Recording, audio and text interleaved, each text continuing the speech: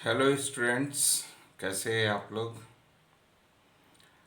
आज जो है हम कक्षा 11वीं का जो फर्स्ट लेसन है हॉर्नबिल इंग्लिश का फर्स्ट जो टेक्स्ट बुक है उसका फर्स्ट लेसन है the portrait of the lady.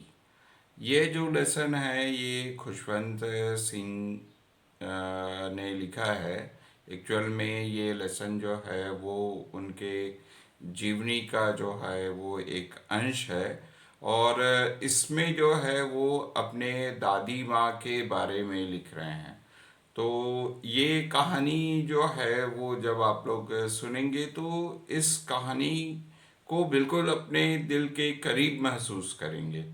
आपको ऐसे लगेगा कि ये खुद मेरे दादी माँ की कहानी है, ऐसा आपको जरूर फील होगा। तो देखिए इस कहानी में वो अपनी दादी माँ को किस प्रकार से डिस्क्राइब करते हैं। यदि शुरुआत में देखा जाए तो वो कहते हैं कि मेरी दादी माँ जो है वो जैसे आज से मैं जब बिल्कुल बच्चा था तब मैं अपनी दादी माँ को जैसे देखता था अभी भी मुझे जो है वो वैसे ही लगती है, वैसे ही बूढ़ी लगती है। सफ़ेद कपड़े हमेशा वो पहने रहती है। लेकिन तब भी जो है वो कहते हैं कि वो मुझे बड़ी सुंदर लगती है, ऐसा करके।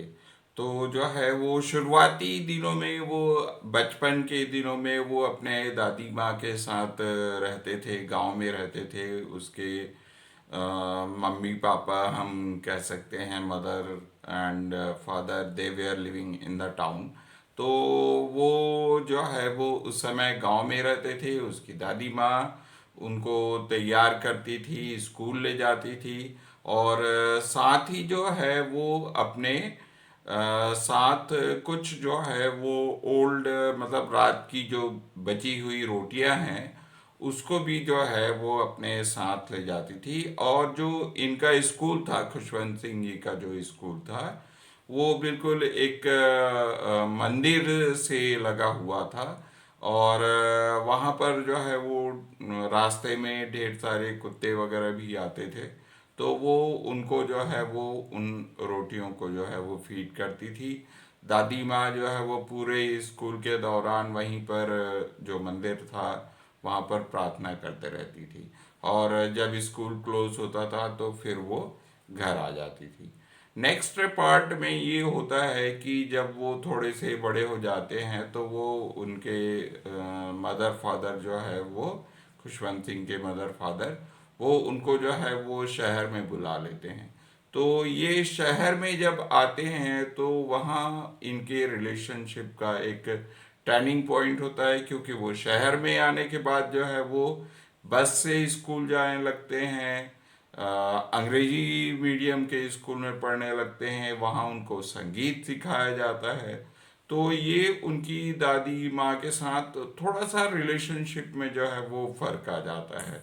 उनकी दादी माँ को बिल्कुल भी ये पसंद नहीं था कि मेरे घर का बच्चा जो है वो संगीत सीखे, क्योंकि वो एक ट्रेडिशनल सोच से संबंधित जो है वो महिला थी। और फिर थोड़ा सा टर्निंग पॉइंट तब आ जाता है जब वो कॉलेज जाने लगते हैं, खुशवंत सिंह जो है वो। और उनको एक सेपरेट रूम दे दिया जाता है। अब यहाँ शहर में तो कोई कुत्ते वगैरह भी नहीं थे, तो अब दादी माँ का काम क्या था कि सिर्फ जो गौरैया वगैरह जो आती थी, एक चिड़िया जो होती स्पैरोस जिसको हम इंग्लिश में कहते हैं, तो वो उनको जो है वो फीड करने का, खिलाने का काम करती थी। बाकी दिन भर जो है वो माला जपने का काम करती थी।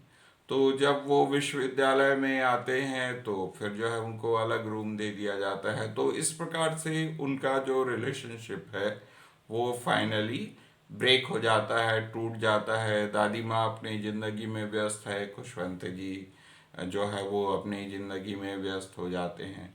और आखिरी समय में जो है वो खुशवंत जी जब बाहर पढ़ने के लिए जाते हैं, विदेश में पढ़ने के लिए जाते हैं, तो उस समय ऐसा लगता है कि this is the last time I am watching my grand mother. आखिरी बार शायद मैं अपने दादी माँ को देख रहा हूँ, क्योंकि हो सकता है कि जब मैं वहाँ से वापस आऊं तब तक मेरी दादी माँ जो है वो जीवित ही ना रहे। लेकिन जब दादी माँ भी जो है वो उनको ट्रेन में छोड़ने जाती है, वहाँ पर रेलवे स्टेशन में छोड़ने जाती, वो किसी प्रकार का कोई इमोशन शो नहीं करती है। बस वो अपने माला को जो है वो उसके जो बीट्स होते हैं उनको गिनने में ही जो है वो व्यस्त रहती है। लेकिन 5 साल के बाद जब खुशवंत सिंह जी वापस आते हैं तब भी उनकी दादी माँ वैसे ही रहती है।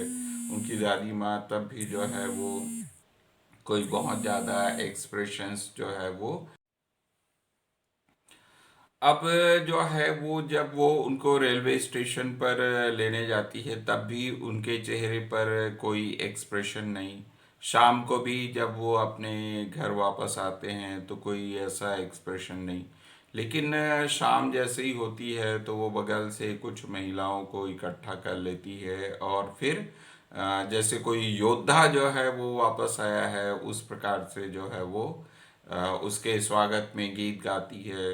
तो बाकी लोग जो है वो उनको रोकते हैं कि उनकी तबीयत बहुत ज़्यादा ना बिगड़ जाए, क्योंकि काफ़ी बूढ़ी हो चुकी थी वो।